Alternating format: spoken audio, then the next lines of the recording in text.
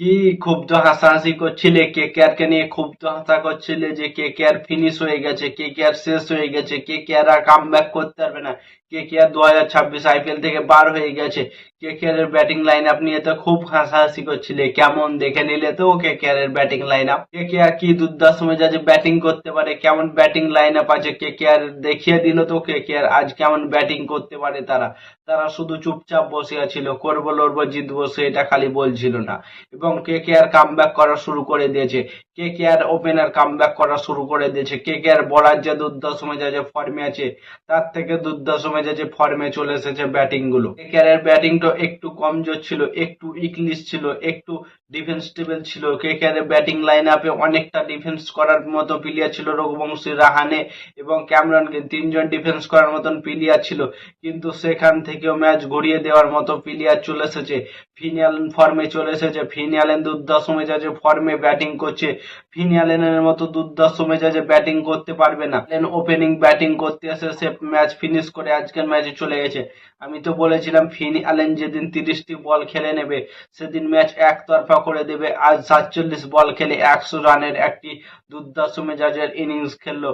কি ইনিংস খেললো ভাবো, সে মাত্র 10টি ছক্কা মেরেছে, 60 রান শুধু ছক্কা মেরেই করেছে এবং 4 তো আছে এবং সিঙ্গেল ডবল তো আছে। সিঙ্গেল ডবল খুব কম নিয়েছে, সে বেশিরভাগ ছক্কা মেরে করেছে। ছক্কা মেরেছে, লাস্ট বলে ছক্কা মেরে সেঞ্চুরি করলো, মানে ভাবো কত দুর্দান্ত মেজাজের প্লেয়ার। সেখানে তার সাথ দিয়েছিল ক্যামেরন গ্রিন।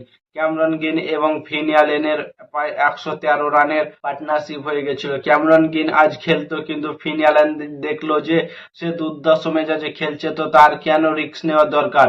রাহানে দুর্ভাগ্যবশত আউট হয়ে গেল এবং রঘুবংশী ভাই দুর্ভাগ্যবশত আউট হয়ে গেল, দুজনেই ভাই আনলাকি ভাবে আউট হয়ে গেল। তাই ক্যামেরন গ্রিন কোনো রিস্ক নেয়নি, সে দেখলো যে ফিন অ্যালেন এত দুর্দান্ত মেজাজে ব্যাটিং করছে, তো তাকেই তার সেঞ্চুরিটা করা ডিজার্ভ করে, তাকে সেঞ্চুরি করার সুযোগ করে দিল ক্যামেরন গ্রিন। ক্যামেরন গ্রিন ঠিকঠাক ভাবে খেললো না, সে সিঙ্গেল নিয়ে নিয়ে ফিন অ্যালেনকে ব্যাটিং দিল এবং ফিন অ্যালেন দুর্দান্ত মেজাজে ম্যাচটাকে ফিনিশ করে একতরফা ম্যাচ জিতে নিল এবং কলকাতার 9 পয়েন্ট হয়ে গেল। কলকাতা কোয়ালিফাইয়ের রাস্তায় আর এক ধাপ এগিয়ে চলে আসলো। কলকাতা পায় পরের 4টে ম্যাচ জিতে নিল। কলকাতার ব্যাটিং লাইন আপ এবং বোলিং লাইন আপের কথা কিছু বলার নেই। বোলিং লাইন আপ কত দুর্দান্ত মেজাজে করেছে ভাবো। কলকাতা 4টা ম্যাচ জিতলো, 4টা ম্যাচে প্রায় 160 থেকে 70 রানের বেশি করতে দেয়নি। 160 ধরো, 160-এর মধ্যে সমস্ত টিমকে গুটিয়ে রাখছে কেকেআর। পরের ম্যাচ আছে আরসিবির সাথে, সেটাই হচ্ছে দেখার পালা, সেটাই হবে একটু ডিফিকাল্ট ম্যাচ, ভাইটাল ম্যাচ হবে আরসিবির সঙ্গে। সেই ম্যাচে যদি কলকাতা প্রথমে বোলিং পেয়ে নেয়, তাহলে দেখবে আরসিবি কে 170 রানের মধ্যে অল উইকেট করে দিতে পারে কেকেআর। কারণ কেকেআর এর বোলিং লাইন আপ এত ফর্মে আছে, সুনীল নারায়ণ, বরুণ চক্রবর্তী প্রত্যেকটা বলার ফর্মে আছে।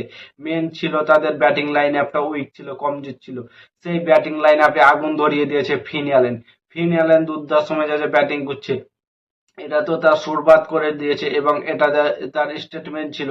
ফিন অ্যালেন দুর্দান্ত মেজাজে খেলবে এবার প্রত্যেকটা ম্যাচ থেকে। ফিন অ্যালেনকে আশা করি বসাবে না। তো আরসিবির বিপক্ষে কলকাতা ম্যানেজমেন্ট কোন টিম নিয়ে মাঠে নামবে সেটাই হচ্ছে দেখার পালা। আর আইপিএল এর নতুন কোনো ভিডিও দেখতে হলে চ্যানেলটাকে সাবস্ক্রাইব এবং ফলো করে দাও। ততক্ষণের জন্য টাটা, বাই বাই, জয় হিন্দ।